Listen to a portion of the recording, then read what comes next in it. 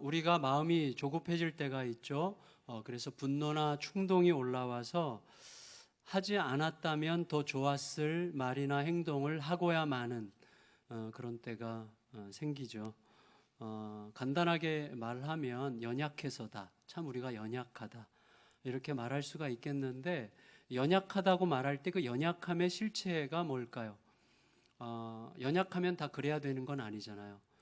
연약하다고 말할 때 그 밑바탕, 가장 밑바닥에 있고자 있는 것이라고 생각할 수 있는 것은 믿음이라고 할 수 있습니다. 믿음. 무슨 말인가 하면, 믿음은요, 우리가 보통 믿음이 있어야 돼, 믿어야 돼 이렇게 말하는 믿음, 저 앞에 있는 무엇이 아니라 우리 밑바닥에 있어요. 그러니까 우리들의 모든 행동의 밑바닥에는 믿음이라고 하는 게 있어요.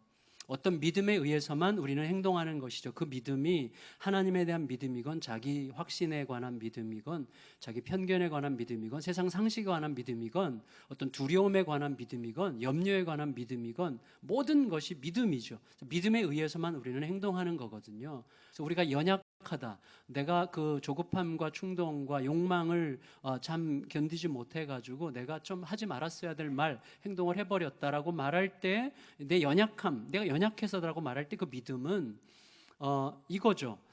내가 하려고 했던 그것보다 하나님은 더 나은 것을 하실 수 없을 거라고 하는 생각에 통제를 받는 믿음이죠.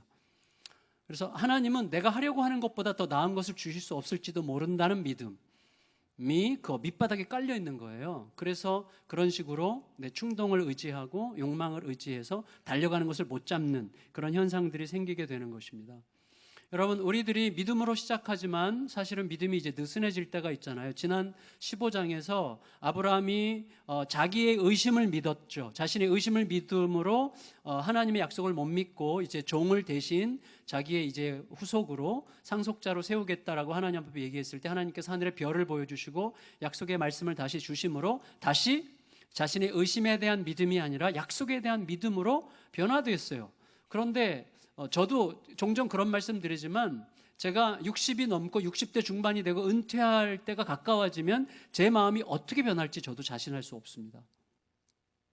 그래서 이제 지금부터 그래서 시스템을 만들려고 하는 건데, 사람이 나이가 들면 자기를 자신할 수 없어요.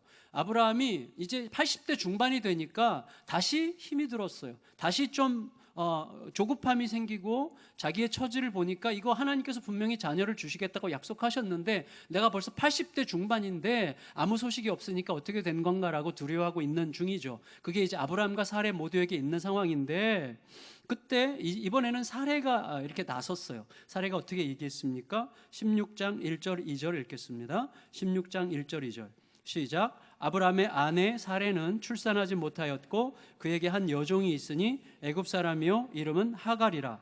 사레가 아브라함에게 이르되 여호와께서 내 출산을 허락하지 아니하셨으니 원하건대 내 여종에게 들어가라. 내가 혹 그로 말미암아 자녀를 얻을까 하노라 하매 아브라함이 사레의 말을 들으니라. 여러분, 자, 사레는 지금 자기가 아이를 갖지 못하는 불임의 이유가 하나님 때문이라고 지금 판단했어요. 하나님이 안 주셨기 때문이다 이렇게 생각을 했습니다. 주실 수 있는 하나님이 안 주신 거죠. 그거는 틀린 게 아니죠. 완전히 맞는 거죠. 하나님은 약속하셨습니다. 하나님이 주실 수 있는 분입니다. 그런데 안 주셨어요. 맞아요. 그래서 판단하는 거예요 지금. 그런데 문제는 어디 있어요? 하나님께서는 안 주신 게 아니죠. 아직 안 주신 거죠. 그러니까 우리들이 항상 내가 원하는 때에 내가 원하는 방식으로 응답되지 않으면 그건 응답이 아니라고 생각하는 우리들의 전제가 항상 문제를 일으키는 것입니다. 사례는 모든 게 하나님의 탓이라고 확신하게 되자 이제 하나님께서 주신 그 자녀를 주시겠다는 약속 대신에 다른 어떤 내 생각, 내 뜻, 내 욕망 혹은 시대의 상식을 따라도 된다는 어떤 명분과 권리를 느꼈던 것 같아요. 우리가 그럴 수 있죠. 하나님께서 약속하셔놓고 안 지키시고 계시니까 내가 하나님의 뜻 말고 내가 좀 합리적인 생각을 따라서 시대의 상식을 따라서 해도 괜찮겠다는 명분과 권리를 느낄 수 있는 거죠. 그래서 그 당시 상식 중에 하나가 뭐냐면 여주인에게 자식이 없을 경우에 자기의 여종을 남편에게 들여보내서 아이를 낳으면 그 아이는 여주인의 아이가 되는 거거든요. 그런 게 보편적으로 이루어지고 있었다는 고대 문서들이 이제 많다고 합니다. 따라서 어차피 사례는 생각하는 거예요. 자기 여종 하갈의 몸을 빌리기로 한 거예요. 어차피 하나님께서 사례 자신의 몸을 통해서가 아니라 남편 아브라함의 몸에서 날 자가 상속자가 될 거라고 말씀하셨기 때문에 나를 통해서건 내 여종 하갈을 통해서건 남편의 씨만 뿌려지면 되는 거 아니겠느냐라고 생각을 하는 거죠. 그런데 남편 아브라함도 사례의 말을 따랐습니다. 근데 이때 물론 핵심적인 절차 하나가 빠졌어요. 그 절차가 뭐죠? 질문이에요.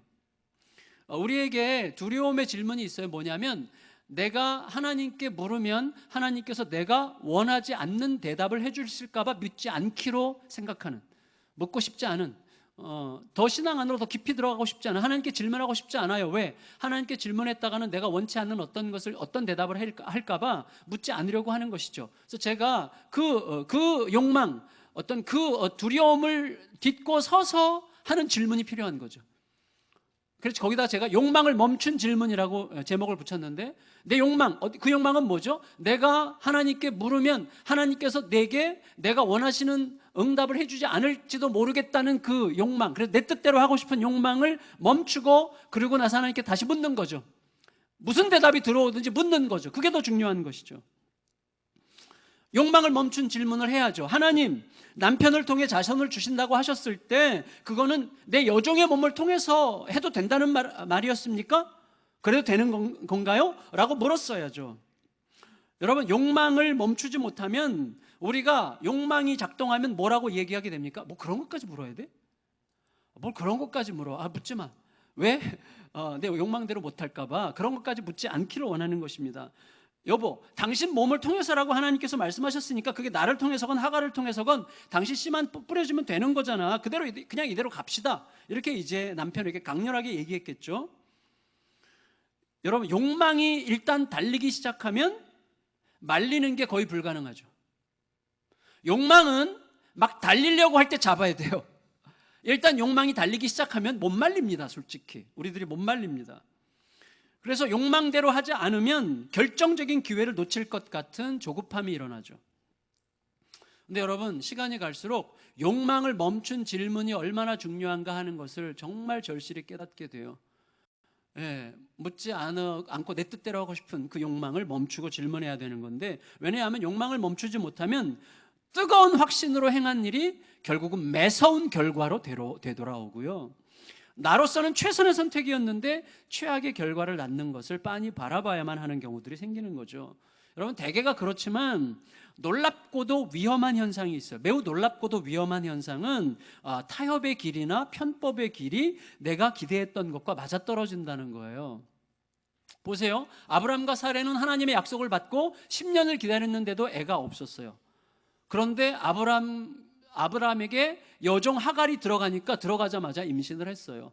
그러니까 뜻대로 맞아 들어가는 거예요. 사례의 계산대로 맞아 들어갔어요. 3절, 4절, 4절, 3방절까지 읽겠습니다. 3절 시작. 아브라함의 아내 사레가 그 여종 애굽 사람 하갈을 데려다가 그 남편 아브라함에게 첩으로 준 때는 아브라함이 가나안 땅에 거주한 지 10년 후였더라.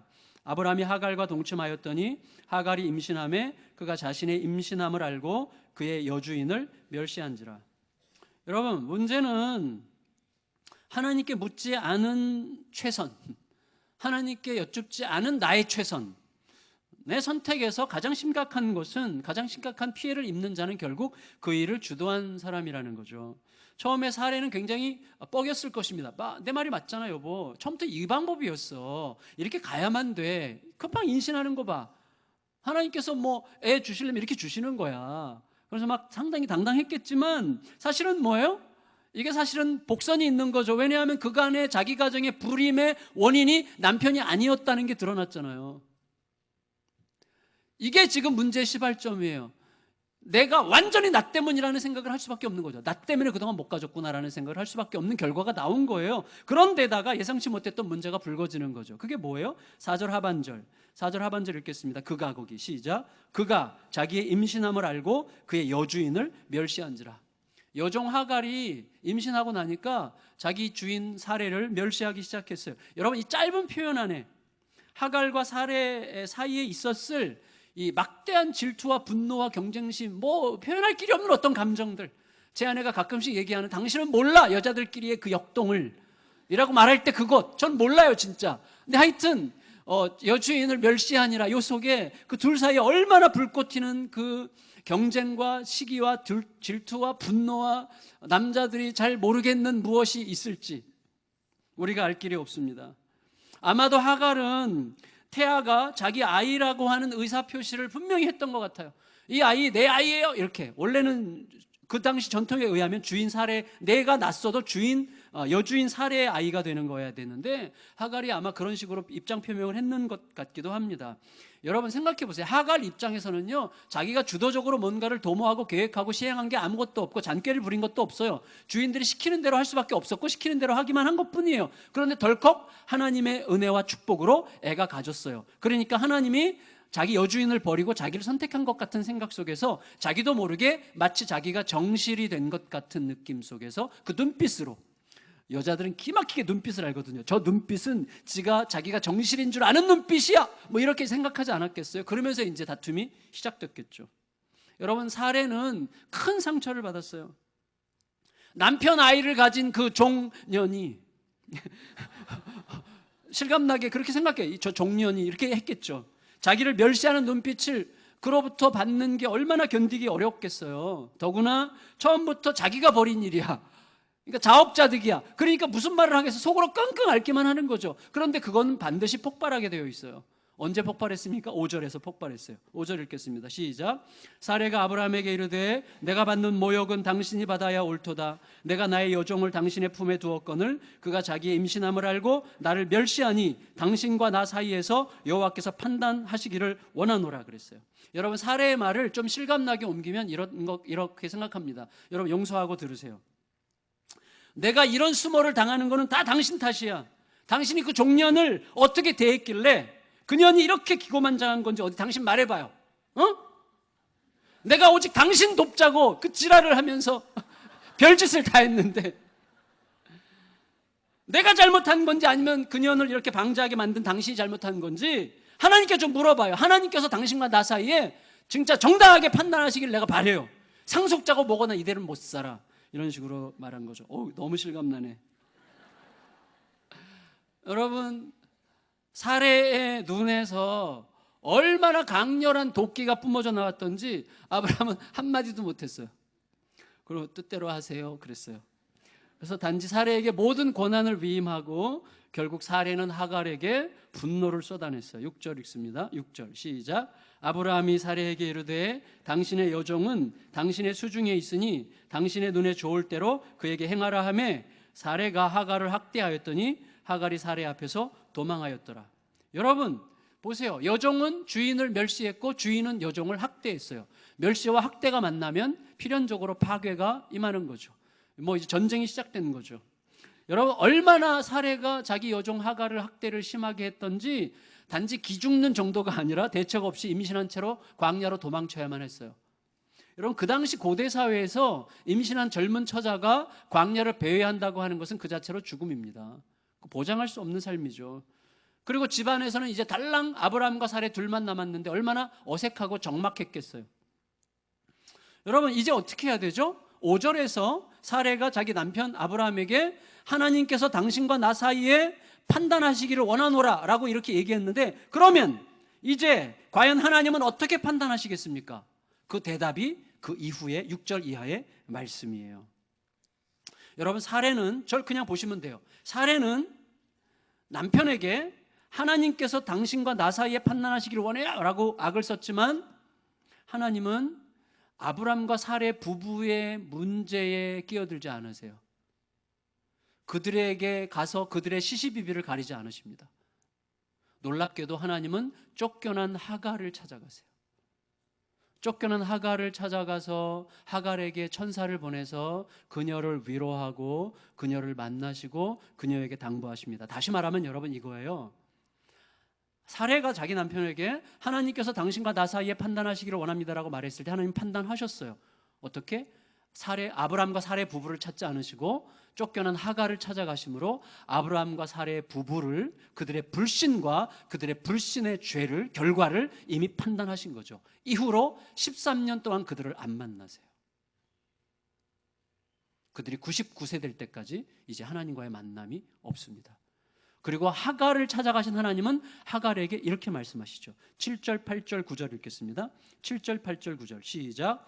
여호와의 사자가 광야의 샘물 곁 곧 술길 샘 곁에서 그를 만나 이르되 사레의 여종 하갈아 내가 어디서 왔으며 어디로 가느냐. 그가 이르되 나는 내 여주인 사레를 피하여 도망하나이다. 여호와의 사자가 그에게 이르되 내 여주인에게로 돌아가서 그 수하에 복종하라.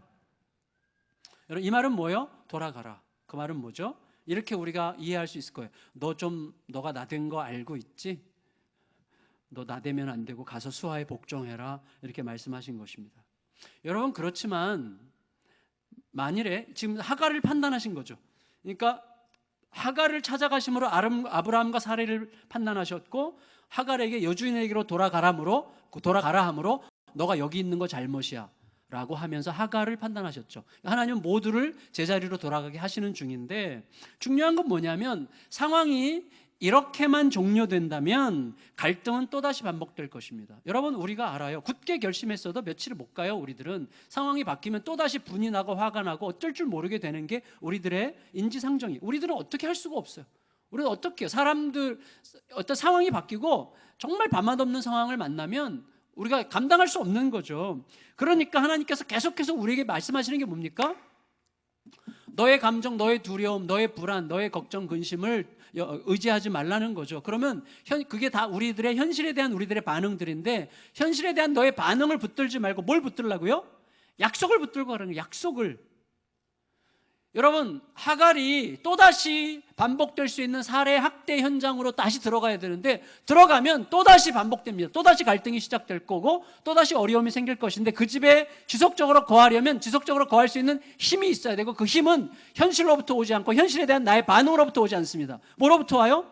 하나님의 약속에 대한 믿음에서 오는 거예요. 약속을 붙들어야 돼요. 그러므로 하나님께서 하갈에게도 약속을 주시는 거예요. 아브라함과 사레에게 약속을 주시고 약속 붙들고 버티라고 하셨던 하나님께서 이제는 하갈에게도 약속을 주심으로 버티게 하시는 것입니다. 여러분 우리들이 갈등의 소용돌이에 빠지곤 하는데 갈등의 소용돌이에 깊이 빠져 죽지 않는 가장 선명한 길은 뭐냐면 나를 둘러싸고 있는 현실보다 나와 하나님 사이에 약속을 붙드는 길이에요. 현실을 붙들면 이것 붙들면 이게 죽고 이것 붙들면 이거 죽는 거예요. 뭘 붙들어도 다 지푸라기일 뿐이에요. 하나님과 약속을 붙들어야지 지금 당장은 이루어지지 않는 것 같아도 그 약속 붙들고 버티면 거기서 뭐가 있는 거예요. 살아계신 주님의 약속을 붙들어야 되는 것입니다. 그래서 약속이 그렇게 중요한 거죠. 하나님은 무엇보다도 하갈이 낳을 아기가 안전하게 출산할 것과 그가 안전하게 성장할 것과 그가 장차 번성할 아이라고 하는 약속을 주셔서 하갈을 엄청나게 격려하십니다. 10절 11절 읽겠습니다. 10절 11절 시작. 여호와의 사자가 또 그에게 이르되 내가 내 씨를 크게 번성하여 그 수가 많아 셀 수 없게 하리라. 여호와의 사자가 또 그에게 이르되 내가 임신하였은즉 아들을 낳으리니 그 이름을 이스마엘이라 하라. 이는 여호와께서 내 고통을 들으셨음이니라. 성도 여러분 하나님은요 하갈에게 그 아들의 이름을 지어주셨는데 이스마엘 하나님께서 들으신다는 뜻이에요. 하나님께서 들으신다. 너의 고통을 들으셔서 너를 만나주신 하나님. 그래서 하갈이 아들의 이름을 부를 때마다 이때의 상황을 기억할 수 있게 하셨어요. 나를 기억하시고 나를 들으시는 하나님을 아들의 이름을 부를 때마다 상기할 수 있도록 은혜를 주셨습니다. 그리고 이스마엘의 자리, 이스마엘이 장차 자라가면서 이스마엘이 거하는 자리가 어떤 자리인지도 매우 선명하게 이렇게 말씀하시죠. 12절 같이 읽겠습니다. 시작. 그가 사람 중에 들나귀 같이 되리니 그의 손이 모든 사람을 치겠고 모든 사람의 손이 그를 칠지며 그가 모든 형제와 대항해서 살리라. 여러분, 자 하나님께서 그 아들의 이름을 하나님이 들으신다라고 지었다고 한다면 끝없이 하나님이 들으시니까 하나님으로부터 하나님이 나를 들으신다는 사실을 믿고 하나님의 힘으로 살아가도록 하신 거죠. 그런데 그 이후의 내용은 그가 자기 힘으로 살 거라는 거예요. 주변에 있는 모든 사람과 충돌하며 살 거라고 이야기했어요. 자기 힘으로 이기며 들나귀처럼 살 거라고 이야기를 했습니다. 그래서 하나님의 약속들은 어떤 면으로 보면 우려고 어떤 면으로 보면 축복인데 어떤 면으로 보느냐에 따라서 달라지는 거예요. 무슨 말인가 하면 자 하나님께서 하갈에게 너의 아들 이 이스마엘이 주변의 모든 자들과 충돌하는 인생을 살 거라 하신 말씀은 매우 우려되는 면이지만 들나귀처럼 힘차게 살 거라는 말씀은 자칫 광야에서 잃을 수 있었던 그 아들로서는 대단히 큰 축복의 말씀이죠. 동시에 그 아이가 자기 힘으로 살 것이고, 그 다음에 하나님의 약속의 자녀와 충돌하며 살 거라고 했으니까 약속 땅 밖에서 살 거라는 거죠. 그러면 무슨 말이죠? 굉장히 서운하게 들릴 수 있는 말이겠지만, 그건 동시에 그 아이를 자기 여주인 사레에게 빼앗기지 않을 거라는 약속이죠. 그래서 하갈이 자기 자녀로 끝까지 키울 수 있다는 확실한 답이기 때문에 하갈에게는 축복이 될 수 있었던 것이죠. 어떤 쪽을 붙드느냐가 굉장히 중요하고, 그 다음에 하나님과의 관계를 맺어가는 게 중요한 거예요. 자, 무슨 얘기인지 좀 더 설명을 해보도록 하겠습니다. 여러분, 하나님께서 이렇게 약속하고 위로를 주셨기 때문에 하갈이 자기 여주인 사레가 다시 핍박할 게 분명한 그 가정으로 다시 돌아갈 수 있는 거죠. 약속 때문에 돌아갈 수 있는 것인데, 하갈은 그동안 생각해 보세요. 하갈이 언제 아브라함의 집에 왔을까요? 우리가 모르지만 예측할 수 있다면 아브라함이 애굽에 갔을 때 바로가 많은 가축과 사람들을 붙여줬는데, 그때 아마 아브라함의 시종으로 애굽 작은 소녀 하나를 붙여줬던 것 같아요. 그러니까 이 아이는 어릴 때부터 아브라함의 집에서 타지에서 이방인의 객이 되어서 이방인의 종으로 어릴 때부터 애처롭게 살던 아이죠. 그러니까 이 아이의 입장에서 보면 아브라함과 사레가 여호와의 이름을 부르고 여호와의 이름을 부르면서 뭐 축복도 받고 은혜도 받고 막 기쁨을 누리고 막 이렇게 할 때마다 약간 비껴서 있는 거죠. 약간 비껴서 있는 아이예요. 여호와 중심 신앙으로부터. 그래서 자기로서는 이런 생각을 할 수밖에 없는 거죠. 우리 주인들이 부르는 저 하나님은 나 같은 건 모르실 거야. 나 같은 거에는 관심이 없으실 거야. 나 같은 것까지 신경 쓸 리가 없어라고 생각할 수밖에 없는 위치에 있었던 거죠, 하갈은. 하지만 놀랍게도 이제 하갈은 자기를 살피시고 들으시는 하나님을 만난 거예요. 제가요, 잊을 수 없는 몇 번의 경험이 있는데, 제가 대학교 1학년 12월 달에 제가 결핵으로 엄청나게 고생하고 각혈하고 정말 죽고 싶고 막 이런 마음이 있을 때, 그땐 다 그렇잖아요. 막 굉장히 빠지잖아요, 자기 감정에. 우울하게 살 때인데, 그래서 막 그때 무작정 뭐 졸면서 기도했어요, 6개월 동안. 매일은 아니고 금요일마다. 그래서 교회 가서 이제 막 기도를 하는데 새벽 4시쯤, 저는 하나님이 나를 아신다고 몰랐어요. 그냥 교회가 재밌어서 좋아서, 여학생들이 있어서 또 이제 있어서 교회를 열심히 갔는데, 기도를 하는데 진짜 너무 놀랍게 정갑신, 새벽 4시쯤 정갑신, 내가 너를 알고 있고 너와 함께 할 거야. 그러니까 저 머리 쪽이 발달한 저는, 머리 좋다는 게 아니라 잔머리가 발달한 저 같은 사람에게는 이런 게 안 맞거든요, 정서적으로. 근데 너무나 선명한 거예요. 놀라운 건 뭐냐면 그 한마디가 다른 것도 없어요. 하나님이 나를 아신다는 사실이 이제 온 세상을 얻은 것 같이 기쁘더라고요. 와, 전능하신 하나님이 나 같은 걸 아신대. 그 사실 하나가 저의 인생을 막 확 바꾼 몇 번의 계기 중에 하나가 됐던 거죠. 여러분, 하갈이 지금 그렇게 고백하고 있는 거예요. 13절 읽을까요? 13절 시작. 하갈이 자기에게 이르신 여호와의 이름을 나를 살피시는 하나님이라 하였으니 이는 내가 어떻게 여기서 나를 살피시는 하나님을 배웠는고 함이라. 내가 어떻게 하나님을 여기서 만나지? 하나님이 나 같은 것도 아셨나? 어떻게 나 같은 걸 찾아오셨지? 이런 막 감격이 여기 있는 거예요. 상상도 할 수 없었던 은혜죠. 더구나 아직 태어나지도 않은 아이의 미래의 청사진까지 받았어요. 있을 수 없는 은혜였죠.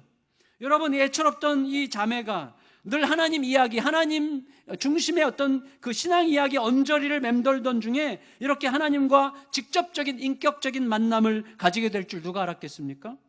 그 자손들이 자기 힘으로 약속의 땅 밖에서 살 거라고 약간 서운한 말씀은 하셨지만, 그 전에 하나님은 먼저 이 여인 하갈을 먼저 찾아오시지 않았습니까? 그리고 이 하갈과 인격적인 만남을 먼저 가지셨잖아요. 그렇다면 여전히 내 힘이 아니라 하나님의 힘으로, 내 땅이 아니라 하나님의 땅에서, 약속의 땅에서 살아갈 가능성이 있다는 말이죠. 열려 있는 거죠. 먼저 만나러 오신 하나님을 생각할 때.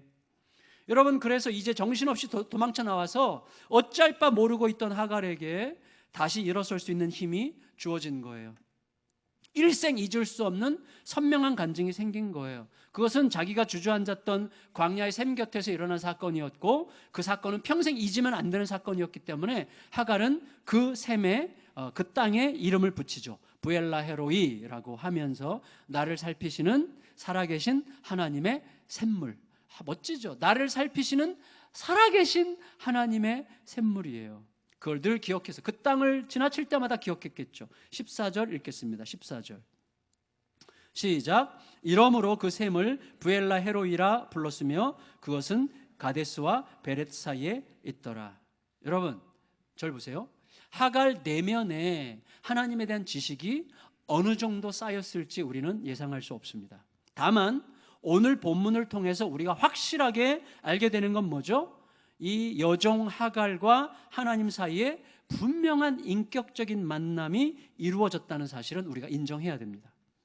따라서 오늘 말씀은 우리들이 언제나 성경을 읽을 때나 신앙에 대해서 생각할 때 우리도 모르게 이스라엘과 약속의 자손이라는 이 주류들의 스토리에 길들여져 있어요. 우리들이 주류들의 스토리에 길들여져서 우리로 하여금 다른 관점으로 볼 수 있는 여지를 줘요.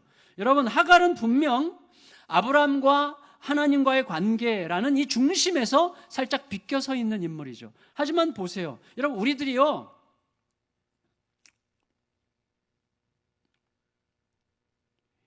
성경을 읽을 때도 성도 여러분도 그런지 모르겠는데 저는 성경을 읽을 때 저도 모르게 하갈이 잘 되면 안 되는 거 아니야?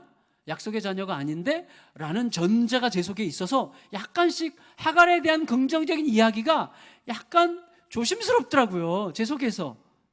물론 사도 바울이 로마서나 갈라디아서에서 하갈은 육체의 자녀고 사레는 영의 자녀로 이렇게 대조해서 예로 들어서 설명한 거예요. 그렇지만 지금 사레의 입장에서 나중에 2000년 후에 사도 바울이 해석한 거 말고 이 지금 사레의 입장에서 그리고 사레를 만나신 하나님과 사레의 인격적 관점에서 생각해 보자는 거예요. 그런 관점에서 하나님께서 그녀를 찾아가신 이유를 우리가 엿볼 수 있어야 된다는 것입니다. 여러분 중심에서 비껴서 인물이긴 하지만 세상에는 이렇게 어떻게 보면 신앙의 주류에서 약간 비껴서 있는 것처럼 보이는 자들이 훨씬 많죠. 근데 여러분 보세요. 예수님께서 오셨을 때 예수님은 하나님을 믿는 신앙의 주류에 서 있다고 자타가 공인하던 자들 대신 그 주류에서 비껴 서 있던 자들, 죄인들, 세리들, 창녀들, 어린이들, 나그네와 고아와 과부들을 더 많이 더 집중적으로 찾으셨어요. 이거 우리가 정말 생각을 많이 해야 됩니다. 우리는 항상 내가 주류에 있다고 생각하고 전제하고 생각하는 습관이 있거든요. 여러분 다시 말하면 예수님 당시에 종교 사회적 배경으로 보면 그 시대의 하갈들을 찾으신 거예요. 예수님은. 그러니까 우리가 함부로 생각할 수 없는 거예요. 따라서 우리들은 새로운 생각을 받아들일 필요가 있어요. 저는 만인 구원론자가 아닙니다. 오직 예수 그리스도의 십자가와 부활을 통해서만 구원받을 수 있다고 확신합니다. 그런데 하나님의 크심에 대해서 우리가 우리의 작은 눈으로 너무 빨리 제한시키면 안 된다는 거예요. 우리 자신에게 있어서 언제나 신앙의 주류는 나 자신이에요. 이걸 벗어나야 됩니다. 무슨 말인가 하면 우리들은 언제나 나 중심으로 모든 상황을 파악해요. 그래서 나와 그가 충돌했을 경우에 언제든지 나의 관점으로 모든 상황을 해석하죠. 아브라함 부부와 하갈이 충돌한 경우에 우리는 아브라함 가정을 중심에 두고 이 사건을 보려고 할 가능성도 많은 것입니다. 하지만 하나님은 아브라함과 사레를 두고 하갈을 찾아가셨어요. 이유는 불과 얼마 전까지만 해도 아브라함과 사레도 하갈처럼 하나님의 약속 밖에서 우상을 섬기던 또 다른 하갈들이었기 때문이죠. 하나님께서 부르시기 전에 아브라함과 사레는 갈대아 우르에서 우상 숭배하던 자들이었어요. 그런 거 잊으면 안 됩니다. 너희가 나그네를 대접해라. 왜? 너희도 한때 나그네였으니까. 이게 하나님의 마음이에요. 그런 의미에서 하갈은 바로 우리들이기도 한 거죠. 그것을 알게 하시기 위해서, 그 위에 임하시는 하나님의 은혜를 알게 하시기 위해서 하나님은 이 본문을 우리에게 허락하셨다고 할 수 있어요. 지금 이 자리에서 자기 자신이 하갈처럼 느껴지는 사람들, 나는 주류에서 벗어났고 하나님은 나 같은 것에는 관심도 없을 것 같고 내가 하나님께 알려졌을 거라고는 전혀 믿음이 안 생기고 나의 문제에 대해서는 하나님께 올려드리기조차 좀 미안할, 나는 하나님께서 상당히 하나님으로부터 비껴서 있는 것 같은 느낌 속에 있는 어떤 분들, 어떤 하갈들을 위해서 오늘 말씀을 통하여 하나님은 당신의 은혜가 어떻게 흘러가는지를 우리에게 보게 하시려고 하는 것입니다. 여러분 우리들은요, 누군가가 나를 세밀하게 살피지 않았더라면 파멸로 끝날 수 있었던 수많은 상황들을 지나서 여기까지 왔죠. 그때 누군가가 나를 살피지 않았더라면 나는 진짜 끝났어. 제가 어제 아침에도, 제가 그저께 저녁 때 제가 진짜 태어난 이래 그렇게 심하게 배탈을 알아본 적이 없어요. 뭘 잘못 먹었는지 밤새도록 잠을 못 자고 이제 계속 들락거리고, 그 다음에 그 다음 날 아침에도 도대체 가라앉질 않아가지고 막 식은땀을 흘리면서 병원을 가는데, 정신없이 운전을 하다 보니까요, 제가 그 건널목에서 어떤 자매가 건너려가는 것을 못 봤어요. 못 봤고 7번 진짜 간발의 차로 자매를 지나쳤거든요. 제가 얼마나, 근데 이전에도 그런 경우가 몇 번 있어요. 그렇잖아요. 몇 년 전에 우리 요한옥 목사님, 분리교차 요한옥 목사님은 새벽에 운행하다가 어떤 사람이 술 마시고 길에 누워 있었는데 그 위로 지나갔어요. 그 봉고차가. 근데 사람이 멀쩡했대요. 놀라운 기적이 일어났는데, 제가 그런 순간들이 우리들에게 있는 거죠, 여러분. 여러분, 우리들에게는요, 스스로 목숨줄을 놓고 싶은 순간으로부터 해서 참지 못하고 내뱉은 말까지 수많은 위기의 시간들이 자칫 모든 것을 망가뜨릴 수 있었던 때가 있었습니다. 결국 살피시는 하나님을 생각하지 않을 수 없는 시간들이죠. 살피시는 하나님을 생각하지 않을 수가 없어요. 따라서 우리 인생을 가득 채우고 있는 가장 적합한 말은 하나밖에 없어요. 뭐죠? 은혜입니다. 은혜밖에 없어요. 그 은혜는 무엇보다도 나를 살피시고 나를 찾아오시는 은혜죠. 내가 중요한 존재가 되는 이유는 뭡니까? 여러분, 우리 각 사람이 중요한 존재가 되는 이유는 나의 어떠함, 나의 학벌, 나의 어떤 사회적 포지션, 나의 실력, 어떤 게 아니에요. 우리가 중요한 존재가 되는 것은 나의 어떠함 때문이 아니라 하나님이 나를 찾아오셨기 때문입니다. 그래서 우리는 중요한 존재가 되는 거예요. 다른 어떤 것도 아니에요. 그 은혜는 내가 조급하지 않아도 되는 은혜죠. 내가 하지 않으면 하나님도 어쩔 수 없을 거라고 생각하지 않아도 되는 은혜죠. 하나님의 때를 잠잠히 기다릴 수 있게 하는 은혜죠.